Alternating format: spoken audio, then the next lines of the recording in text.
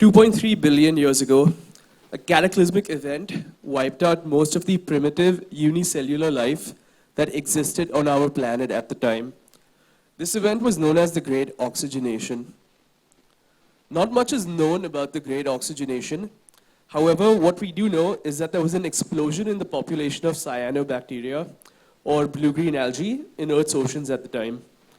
And just like humans today are reshaping the face of the planet with carbon dioxide emissions, all those billions of years ago, cyanobacteria were reshaping the face of the planet with their oxygen emissions. Fast forward to today, and the Earth's biosphere is an integral part of what makes our planet tick.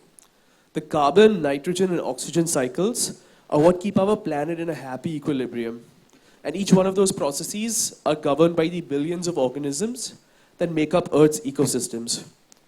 But these ecosystems affect us humans and our civilization in smaller and more critical ways too, from protecting our coastal cities and beaches to sequestering some of the carbon that we dump into the atmosphere. So today, I'm going to talk about some of these ecosystems and tell you how they protect us, how they're under threat, and what we can do to make sure that they thrive. Now, I've been studying ocean ecosystems for a long time. I grew up sailing and swimming in the Bombay Harbor. Shout out to Miss Sirwai for letting me take time off to go on some of those swimming competitions. And went scuba diving for the first time when I was 9. Since moving to San Francisco, I've picked up free diving and surfing and recently became rescue diver certified too. Scuba diving is one of the most incredible feelings. Your breath slows down and your body relaxes. You can move in 3 dimensions.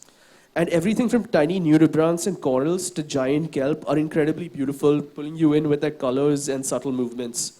I took this video of a leopard shark just 2 hours south of San Francisco in a place called Monastery Beach. It's in what you call a kelp forest.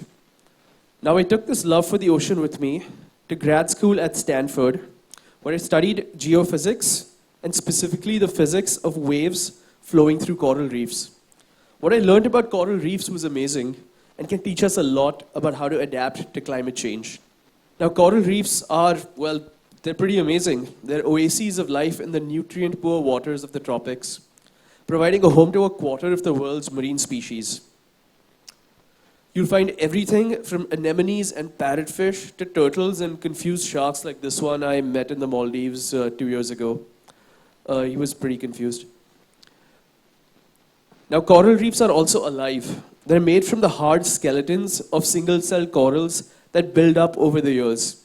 Over time, they grow into these huge natural seawalls that make waves break, reducing erosion of the coastline behind them.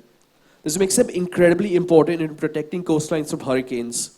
When waves from hurricanes hit coral reefs, they break before they hit the shore. And by the time they reach the shore, they're 90% less powerful than they were before. 5 years ago, when damage from Hurricane Maria was surveyed in Puerto Rico, the pattern was very clear. Areas with healthy corals were much less damaged than areas without healthy coral. Reefs act as natural barriers, protecting critical coastal cities and populations from flooding and destruction. Today, they protect something like $100 billion worth of infrastructure in places as diverse as Miami, Sri Lanka, Hawaii, and even Namche, Mumbai. Plus, they're great for fisheries, tourism, and overall ocean health. Now, as intricate and dynamic as coral reefs are, they're also very fragile. They're particularly susceptible to overfishing and pollution, and warm water spells like this one that caused bleaching in about 25% of the Great Barrier Reef a few years ago. It's not surprising, therefore, that we've lost half of the world's reefs in the last 50 years. It's also no coincidence that damages from hurricanes in Florida, Puerto Rico, and other parts of the Caribbean have risen as the reefs have died out, putting millions of more people at risk from flooding. Without coral reefs protecting us, damages from hurricanes around the world would double, and with climate change, they would only become even worse. Now, frankly, it's difficult to not feel demoralized when faced with the reality of climate change, with oceans warming and hurricanes getting more frequent and intense, and what it means for these incredible ecosystems. I definitely felt sadness and despair while studying reefs in grad school. However, there were many rays of hope that emerged as I dug deeper into this problem. Reef restoration is easier than it ever was because of new techniques like microfragmentation. You know how people all around the world, this picture is from a company in the Bahamas called Coral Vita. that are growing corals in labs and planting them in the ocean, creating new reefs where there were none. It's a lot cheaper than building concrete seawalls do, and that means that governments and businesses are putting money into funding them. So anyone want a new career path, go plant some corals. Now, reefs are also responding more quickly than we thought and becoming more resilient. This image is from an island in the South Pacific, and a study looking at it over the last 5 years found that the protected fisheries around it ensured that the reef was able to bounce back quickly from a bleaching event. So imagine 5 years ago, this picture was barren. It looked like a moonscape essentially, and now it's colorful and thriving once again. Now that said, we still have a lot of work to do. We need governments around the world to establish many more marine protected areas and reinvest in the restoration of not just coral reefs, but also all coastal ecosystems. In Bombay, you can see we've lost a lot of our salt marshes and mangroves, and those are critical for protecting us from storm surges too. We also need people to realize how connected they are to the ocean and support efforts to restore it. You can do so by supporting businesses like Coral Vita or starting your own, pushing NGOs and the government to protect more land and water, and volunteering to restore ecosystems yourself. I want to conclude with a fun story about ecosystem restoration. Now, 8 years ago, a warm water spell caused the purple sea urchin population in Northern California to explode. The hungry urchins ate 80% of California's kelp forests, destroying a critical habitat for marine life and an even more critical store of carbon.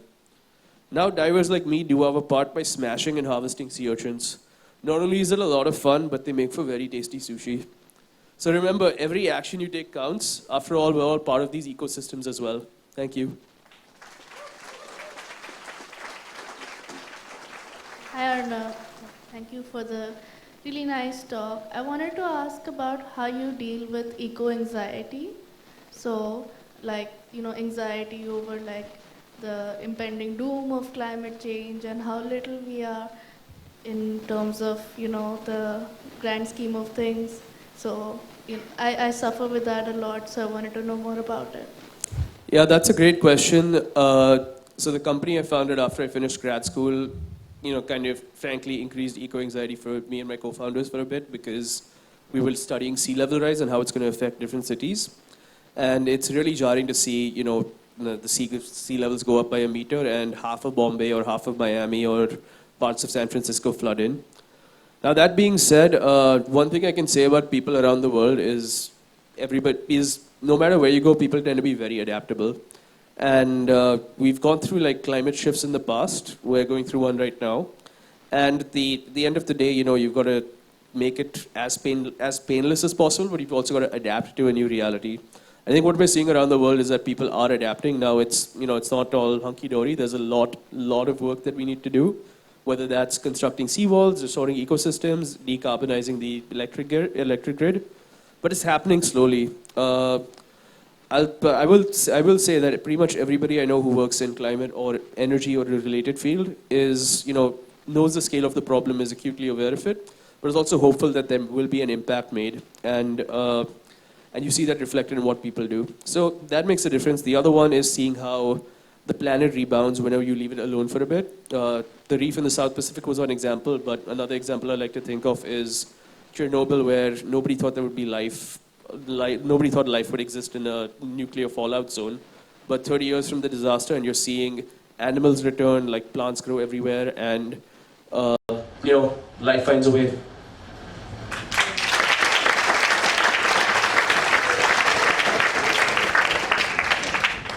You mentioned that,